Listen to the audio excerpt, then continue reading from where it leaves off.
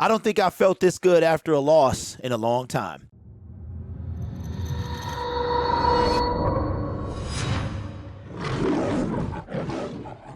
Hello, everyone. My name is Derek, and welcome to Detroit Lions Syndicate. If you are new to this channel, we talk all things about the Detroit Lions, and we make videos almost every day. And now the season is here, so be sure to subscribe to the YouTube channel, and that notification bell is to put these videos in your notification feed so you won't miss a video. It has been 24 hours since the Detroit Lions lost to the Philadelphia Eagles in front of a sellout crowd.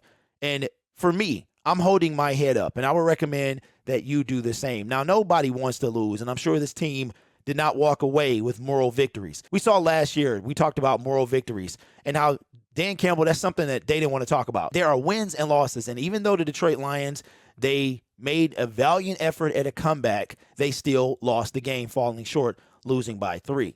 But I've had some time. I wasn't really upset at yesterday's game. I projected us to lose this game. What I'm upset about is that I let myself get excited because of that first drive by the Detroit Lions. But there's enough blame to go around from yesterday's loss. I was going to do some winners and losers today, but I think I'm going to take this video and I'm going to touch on them, but I'm going to a little bit of a different direction because I feel like some of the Lions fan base, they need to kind of look up and see the positive. Now, if you guys have been, you don't know this side of me because I've changed. I've changed because the team has changed. SOL is something that takes us back. It's been going on for a long time. And I think that the Detroit Lions, while they're doing some of the same things that were done in the SOL regime, which goes beyond Matt Patricia, things are still different. On the other side of this, I don't think you can put SOL, the Detroit Lions, in the SOL category. Now, let's say some things I didn't like. I didn't like the fact that Dan Campbell, I don't know who was calling the plays in the first half, but the playbook was super tight. And it seems like we didn't open it up. So whether it was Dan Campbell or Ben Johnson, I think they needed to open the playbook a little bit more. Now, let me get to the elephant in the room. Jared Goff has been under attack like nobody's business for the last 24 hours. And I won't have it. I'm not going to turn my back on Jared Goff after 24 hours. Yeah, his first half was less than subpar. But in my opinion, he looked like a different Jared Goff than last year. Are we not going to talk about the drops that his receivers and running backs had? Are we not going to talk about the fact that there was a low snap that he was able to recover? He took a sack, which I believe was his only sack of the game. But instead of turning the ball over, he took a sack. So instead of doing winners and losers, I'm going to go in a different direction. Okay? My direction is this. The Detroit Lions, I had them losing yesterday's game. And ironically, they are third in the division. But here's something that you might not have realized. The Detroit Lions put up 35 points. They scored the most points in their division. They scored the most points in the NFC North. The Green Bay Packers, Aaron Rodgers, with no Devontae Adams, mustered 7 points. The Minnesota Vikings put up 23, and the Chicago Bears scored 19. The Detroit Lions scored 12 more points than their closest NFC North rival. Okay? We can put up points. 35 points was put on the Philadelphia Eagles defense. We've been talking about that defensive line, their linebackers, their secondary. And the Detroit Lions put up 35 points on the Philadelphia Eagles defense. Now let's talk about the Lions defense. This year, the Lions defense will be kind of a bend, fracture, but never shatter type of defense. And although 35 points were put up on the Lions defense, 38 were put up on the Philadelphia Eagles. Aaron Glenn, with what he was working with, in my opinion, he called an outstanding game. I love the play calling. I love the different looks that the defense was giving the offense. We knew that when we went up against a mobile QB, it was going to be a problem. It was almost the exact same play every time there was a snap. Snap to Jalen Hurts, read option pass.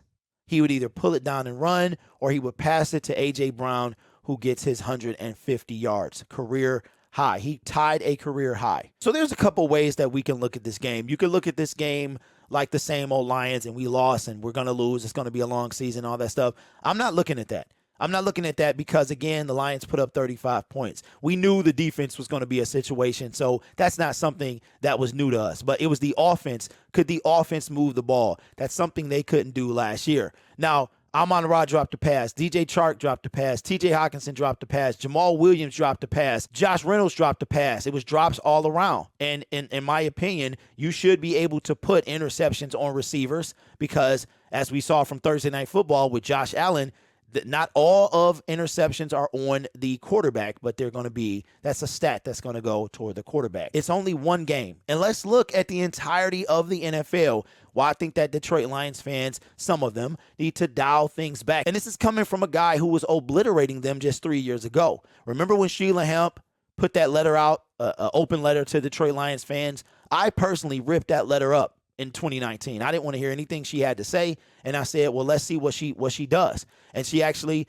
backed up everything she said she was going to do in that letter. But let's look at the entire NFL. Yesterday was a weird day. Let's look at some things to me that stand out after week one as to why it's too early, in my opinion, for Detroit Lions fans to start packing it in and talking about the draft. That's something you will not see on this channel, I promise you. The season is too short. We have plenty of time to talk about the draft. That's not somewhere I'm going. Even if the Lions start 0 and whatever, I'm not talking about the draft. I just refuse to do it. It's not going to happen. But here's the deal. The Super Bowl champions got mollywopped. They lost. The Super Bowl runner-ups, they lost. When it comes to the NFC East, the only team to lose in the NFC East was the Dallas Cowboys. Oh, by the way, they lost their quarterback for a few weeks, probably 1 to 2 months. Dak Prescott will not be under center. Then, if you look at the Giants upset the Tennessee Titans. And it's many more things that we can talk about in yesterday's games. The Chicago Bears beat the San Francisco 49ers. And the Green Bay Packers lost as well. But as far as the NFC North goes, it just like that, the Detroit Lions are right back in this thing. They just need to handle their business and win against the Washington Commanders, which, again, will be at home. If the Chicago Bears lose in Lambeau to the Green Bay Packers, that makes the Packers and the Bears 1-1. Minnesota has to go play the Philadelphia Eagles on the road next week, and if they lose, then the Minnesota Vikings are 1-1.